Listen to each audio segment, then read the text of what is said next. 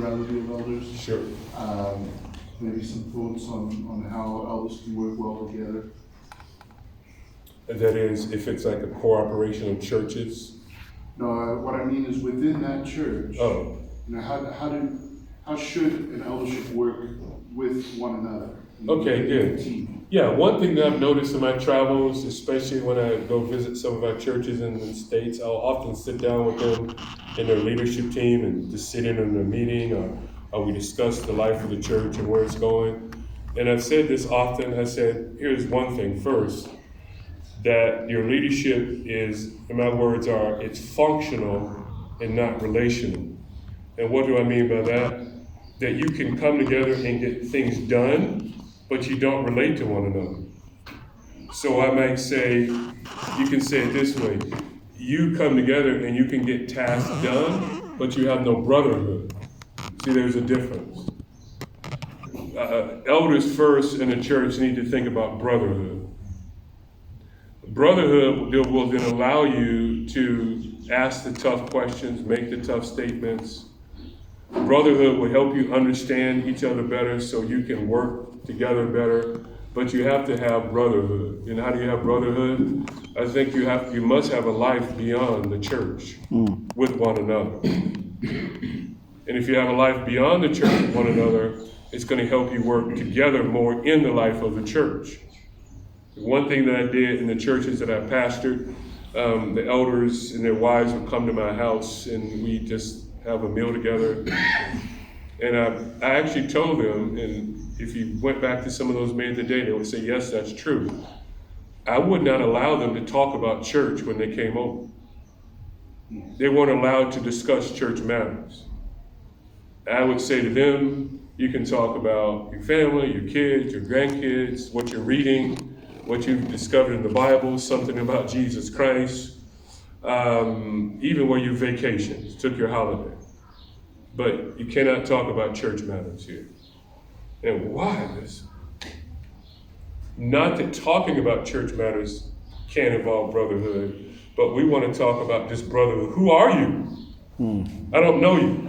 Because if you only know a man in reference to church matters, you don't know a man. So we have to create, I think elders have to develop brotherhood in a church so that when they have crisis in the church, and this is why it's important, when you have a crisis in the church, you can truly say, I know that brother. And I know they'll be with me. Or maybe even if it's an accusation, you can say, I can't accept that because I know that brother. But if it's only you coming together for church matters, you can't really say you know the brother. You will learn things about it because based on how they answer issues in the church or deal with issues in the church, but you have to go beyond that to learn, to get to know someone. So I think that's that. Then what will be created if you have brotherhood is going to be respect. When you work with brothers in the church, you have to respect one another. If you don't respect a brother, then you cannot honor the Lord in how you make decisions in the church. And respect is not automatic just because of age, because you remember Paul and Timothy, let no one look down on your youthfulness.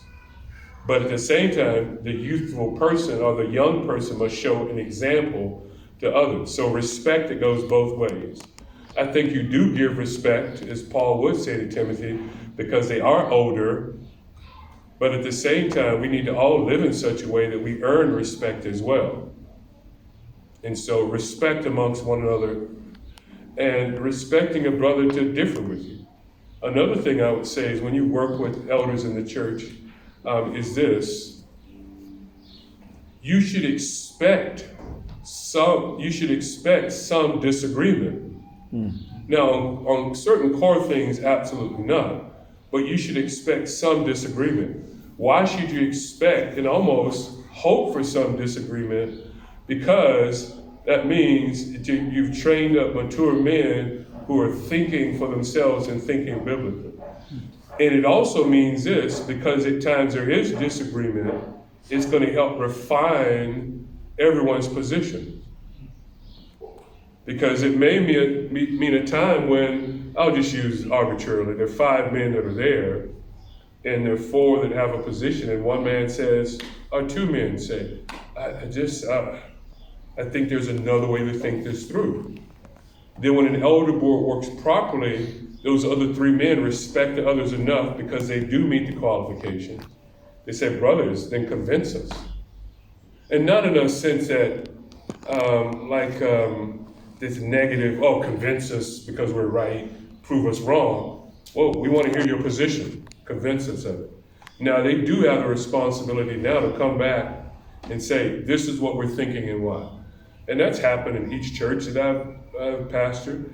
It's happened at Grace Community Church, where it's been, not everyone agreed.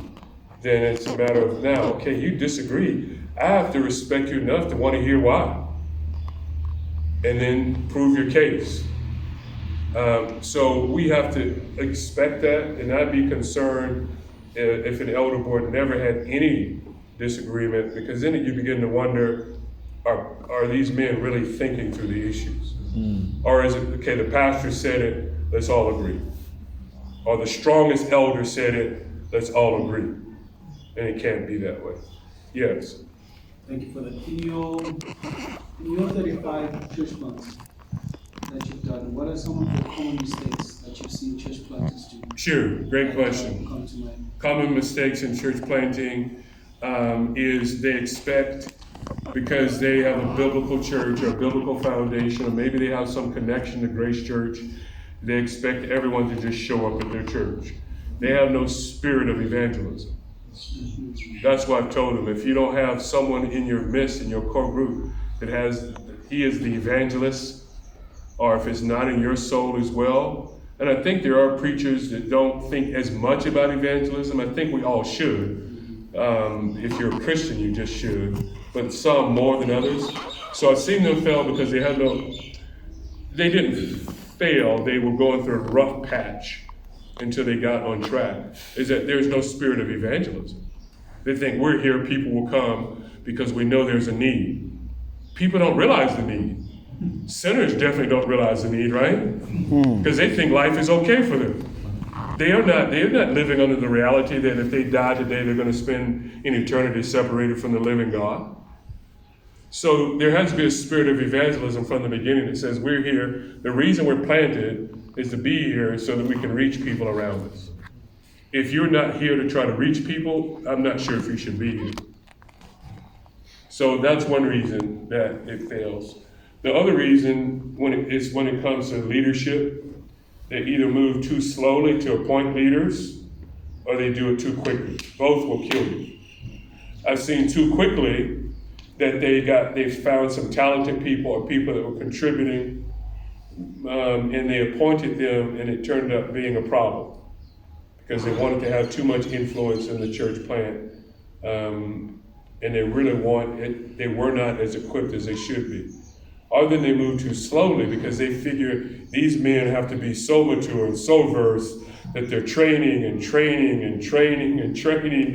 at some point in time stop training, and appoint the men and allow them to lead and continue your training as they lead.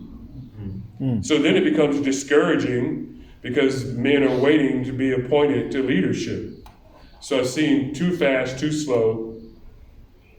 And sometimes under the too slow, some of the men that have come from Grace Community Church, they're wanting to appoint men that have the maturity and experience like many of the men at Grace Community Church.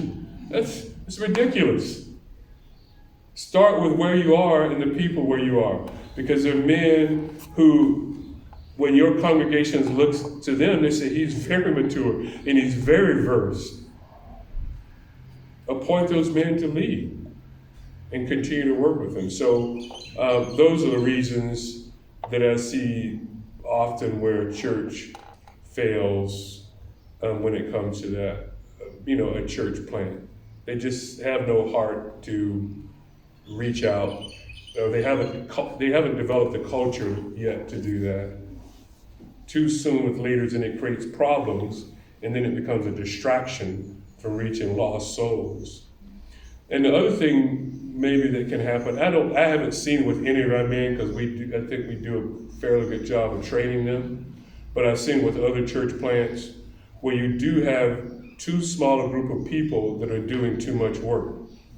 And then there's no ownership of the ministry with people. Yeah.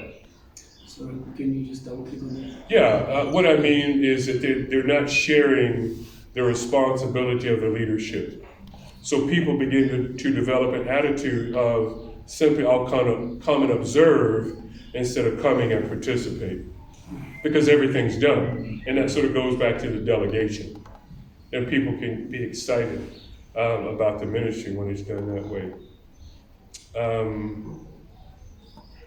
There's something else I was going to say, but it'll come to me, Stephen. Perhaps you could talk about the discontentment where the church doesn't grow as fast as Yeah. the pastor would like. Yeah, that's right. And then people can come with a false expectation of the church, and they expect it to maybe be like another church that they've seen. But we have to remind people from the beginning, God is a sovereign God, and He works in ways that often are mysterious to us. Our main thing for this church is to be faithful. I don't know how God is going to add to us or not add to us. And so people can become discouraged because they think it should have reached a certain level by a certain amount of time. So one has to be careful about making any promises about what that church is going to be, other than being faithful and providing them with the means to equip them to reach souls for the gospel. Yeah, that's it. Because you can set yourself up for failure if you don't. If you try to create some certain goals to where you're going to be, and those goals aren't met.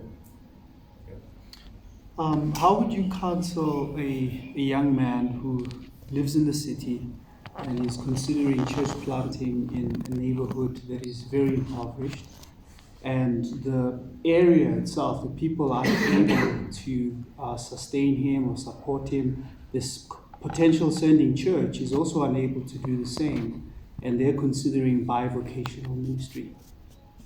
Sure, we had some of these discussions even last night and into the early part of the morning about this matter. There are men who will be bivocational. Overall, I don't think it's ideal, but it's necessary at times in order to put bread on the table and take care of one's family. And this is where, by the grace of God, many men do it. Many, I wonder if you think about the percentage of men overall that have to do that. And that's why you do need to still at the same time raise leaders who can then share some of those other responsibilities. To be bivocational and to still have your hands on everything is death. It may mean death to you, but it sure will be death to the church because it's never going to go anywhere.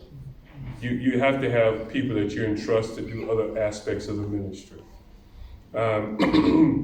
So if he has a heart for work, you have to believe that God is going to give the heart to certain men to go into areas where he realizes this may be all of my ministry life being bivocational. It may be. I may never get to that point where I can walk away from the job. But great is his reward in heaven for that. And the souls that he reaches for the glory of God. And what about if he's doing it for all of these years and it's still at this, 40, 50, whatever that number may be. You do it to the glory of God. I was sharing with students at the seminary recently. Here's the reality. You never know a person that you're ministering to that God is going to use in another way beyond your ministry. Like one very popular theologian in the States, and I guess around the world too, is Wayne Grudem. But Wayne Grudem, in his church at age 12, his pastor was doing a series on theology, and he just gravitated towards it. And he talked to his pastor about it. He gave him books, in one sense, early discipleship, and he developed as a person, and a person of influence. But if I asked you who is Wayne Grudem's pastor, no one could know. And even I know the story, but I've forgotten his name. Because if I said it, it wouldn't matter anyway, because you've never heard of it. And so you say to yourself, And that sort of story can be told so many times and time again. So you have to just be faithful where God has you, and who knows what he's going to do in your life, into someone else's life, and maybe even into another person's life. You just never know. Because if we try to base our ministry projected on something ahead, and therefore I'll be diligent because I know that will be the fruit. Oh, that's idolatry. You're worshiping an idol. You're worshiping the idol of production. It's true. You're worshiping the idols of numbers. Whereas worshiping the living God and say it's going to be hard, but God will provide for you. And maybe somehow the sending church can somehow help a bit more as time goes on. God provides through other means, but we need men to be in places like that because so much of the world is like that. Question. I think I'll ask this then as a single man, since that is obvious now. One of the small fears, well, from experience, one of the, maybe we can call it a forced dichotomy of some sort. Sure. Where marriage and ministry are sort of mutually exclusive in a sense that if you get married, then that zeal you have for ministry will then have to go down if marriage is to prosper. And we've seen that even practical with some of the guys we worked with in some ministries there in KZN, where the guy was high up here in terms of passion, even for evangelism, reaching out to remote areas, and then boom, he finds a wife, and then he says, "No, I'll pray for you, brothers." We'll keep you in our prayers. So then, in a sense, then that sort of zero passion goes down. Sure. Is there a way to balance those, or are they always mutually exclusive? No, that's it. You take one, They can't be mutually exclusive. In part because even what we saw in the qualifications, both being true at the same time. But here's also reality. Paul did say, that the married man is concerned about the things of the world, how he can care for his wife. That's a reality. And what he's saying, you should be concerned about the things of the world. And of course, when he says the things of the world, you know what he means. Not worldliness, but I need to put in extra time. My kids need this. I have to do this. They're sick. Whatever it may be. Or as a single person, I don't have that. So there is a benefit to it as well. But once a man is married, it doesn't mean that all of a sudden it is so long to ministry, because obviously you have no real calling, if that can be the case. There will be moments when there's going to be, I'll just call it, there's give and take. It's a life of give and take. That's how you remain the balance. It's give and take. Like my wife, she came with me the first time to Africa. I was here for a week. She's joined me, and she'll be with me for the rest of the trip. This is the first time I've been coming to Africa and other places for, what did it say Africa? I don't know. I mean, it has to be now. Before I was at Grace, I came in, it has to be 25 years. So, but the other times I was gone for 3 weeks, so I'm gone for a month, and I wasn't around. So give and take, that's there. And I still travel quite a bit when I'm in the States. There's give and take. And my kids, there's give and take, especially when they're young. There was give and take. And the sense that I'd be gone for a while. And I think sometimes they liked when I was gone because I always brought them back nice things. I did. I was like, well, that's one that I give a little bit back because I'm gone. And they expected me when I got back, let's go out somewhere. Let's spend some time together. Let's hear what's happened. Let's give and take. That's a lifetime of that. That's just the reality. And sometimes those periods are longer than others. I do believe there are men, they take too much from their families. And their kids grow up bitter because they see that the pastor's taking care of everyone else's kids and everyone else's family, and they're not taking care of home. Give and take. One thing that I've done, in ministry, my two oldest boys, there was one time they were playing in high school, and they were playing football, and the coach found out. He said, he found out that I used to play, and he asked if I would help, and I started to volunteer. Then he asked me to become what's called for us the defensive coordinator. So I ran the defense, and he would run the offense. And I thought, well, what? I'm in full-time ministry? But I made a decision to do it, to invest in my sons, the boys on the team. So I got up, I did it for 2 years. Now, it was only a certain season in a year, but I got up very early in the morning, and I did some work. I drove my sons to practice, and we practiced, and when I come home, we have, meal and things. Then sometimes I work late into the night. So there was give and take. But for me, I had to give a lot just to make that happen, physically. One of the best investments in my life. One of the best investments in my life. You say, wait a minute, wasn't a trip here, wasn't when you preached here, wasn't this conference you did, wasn't this seminar that you did. Those were good, and there are some that are good, but this was one of the best investments in my life. Give and take. Question on that. In those instances where you don't really, when you take too much from the family, Sure. interference from the children and even from the wife, and the wife comes and raises this up with the elders that Carl no longer has time for us, or Sure. for me in particular. Sure. Is that enough ground for disqualification? No, based on how you respond and how long it's been going on. And I would say this, whether or not that person has been lying to everyone else. If they have been deceiving, and when people ask them, how's your marriage? Does your wife feel like you're a part of her life? Oh, she does. It's wonderful. It's great. The Lord's blessing, the anointing is on us. Then she actually shows up and says, what? The only oil that we have is in the kitchen.